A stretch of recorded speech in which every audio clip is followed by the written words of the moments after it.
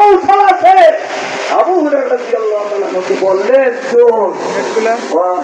আমি আপনাকে যদি একটা এলেম শিখাইয়া দেই, একটা এলেম শিখাইয়া দেই।